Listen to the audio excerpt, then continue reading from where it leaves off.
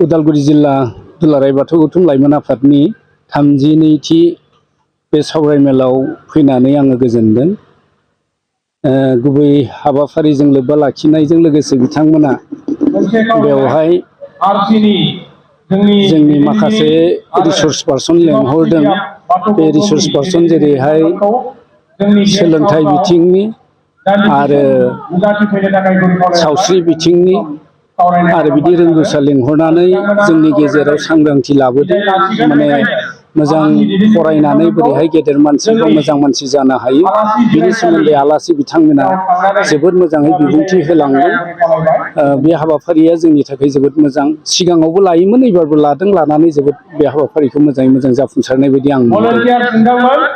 जों नुबाय लाइमोनफोरानो जिहेतु गाबोननि समाजनि मोनसे मोजांखौ लाबोनो हायो। जेसेबांखिनि नुबाय जोङो नैबे समाव लाइमोनफोरानो बायदिसिना मबाइलजों गोदान दाजेमुफोरजों लोब्बा थानानै फरायनायखौ दोनथ'नानै दिनै गाज्रि दावबायनायखौ नुनो मोनदों।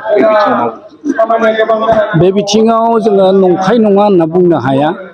खिन्थु बेवहाय जोङो गासैबो लाइमोनानो जाजोबदों बेबो नङा। बिनि हमना ला 5% बिदि जानानै दङ।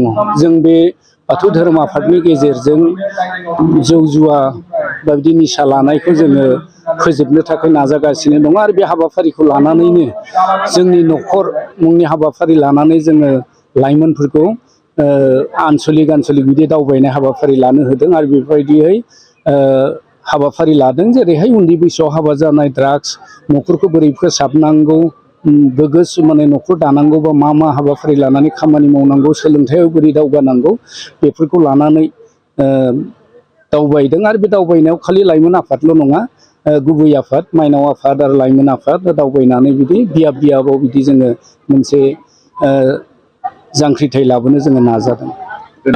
दिनै बहाबा थासारिखौ गुबुंले खालामनाय जायाखैनो, जायनि थाखाय गथ'खौ गावनि खुदियाखौ फरायनायाव गोसो होनांगौ, नाथाय गावनि रंजानायखौसो लानानै माखासे बिथिंफोरखौ खामानिफोरखौ जों मावनायखौ नुदों। बे बेलायाव बियो जोंनि थाखाय आसलते मा होननांगोन, दुखुनांथावखौनो होननांगोन आं बेराफारसेथिं।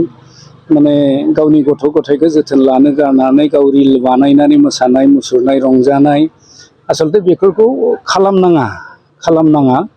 आं जेसेबां नोजोराव गोलैदों जोंनि बाथौ सिबियारिनि गेजेराव बारा आं बिदि नुनो मोनाखै। खबर लादों जों लोगो लोगो बबे जायगायाव बेफोरबायदि रिलखौ बानायदों बा दिन्थिदों बेखौ एसे खबर लादों जोङो धोरोम आफाद हिसाबै।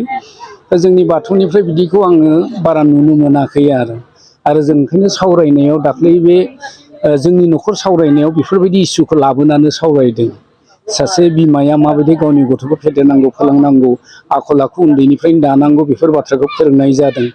दिनै गथ'खौ जुदि उन्दै समनिफ्रायनो आखल आखु फोरोङाब्ला उनाव मानिया जाहैयो, ड्राग्स लायो, निसा लायो, बेफोरबायदिखौ नुदों। आरो गोबां बिदि एक्सिडेन्ट जाना थैयो। मोजां बाथ्राखौ नोंथाङा बुंदों। लाइमोनफोरानो जिहेतु गावनि दिनैनि जिहेतु लाइमोन, गाबोननि बिथांमोना नोगोरारि जागोन। बिथांमोना नोगोरारि हिसाबै समाजखौ गोग्गोयै दाफुंनाय, सोलोंथाइ बिथिं बायदि बिथिंखौ बिथांमोना सरजाबनानै जा मोनसे सांग्रांथि लाबोनानै गोग्गो जिउ दानायनि बेलायाव लाइमोनानो गाहाय बिबान लानो हायो।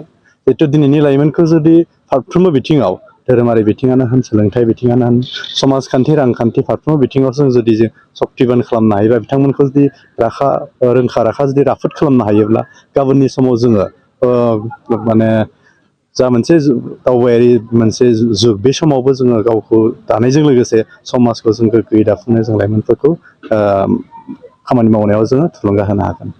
गोदान दाजेमुनि जिहेतु दायो नैबे थासारिया, दा बे थासारियाव जों बिमाल' नङा, लाइमोनल' नङा, गासै मानसियानो दिनै बे मबाइलजों बांसिनै जोङो बर' हारिखौ जुदि बुंनो थाङोब्ला बांसिनै बे मुखुब जादों।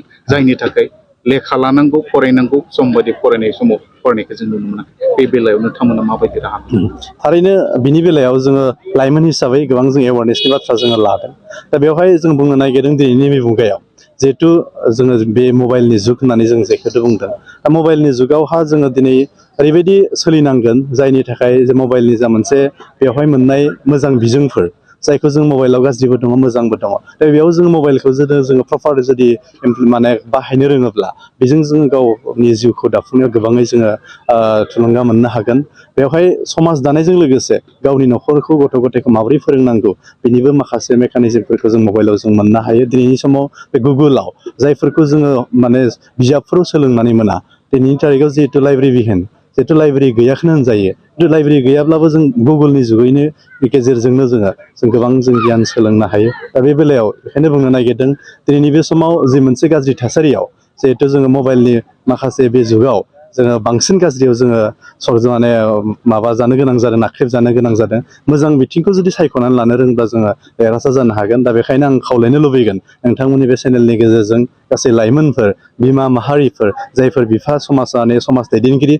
समाज सिबिनायखौ दैदेनबाय थाग्रा बिथांमोनखौ आं खावलायनो लुबैगोन जिहेथु गावनि गथ' गथायखौ बे मोनसे बिथिङाव जिहेतु मबाइलनि बे जुगावबो जे बे मबाइलनि गेजेरजों मोजां बिथिंखौल' जोङो माने गाव साबख'नानै खामानि मावथों आरो जोङो बिमा बिफा हिसाबै गावबो जिहेतु गावनि गथ' गथायखौ गावनो दैदेनलांगोन बिनि सायाव जे गथ' गथायनि नोजोराव जिहेतु गावबो बे ससियेल मिडियानि जुगाव बे मबाइलनिफ्राय मोजां जे मोनसे बिथिंखौल' जों नोजोर बोनानै खामानि मावनो हायोब्ला जोङो न'खरजों लोगोसे समाजखौ गोग्गोयै दानो हागोन होनना आं सानो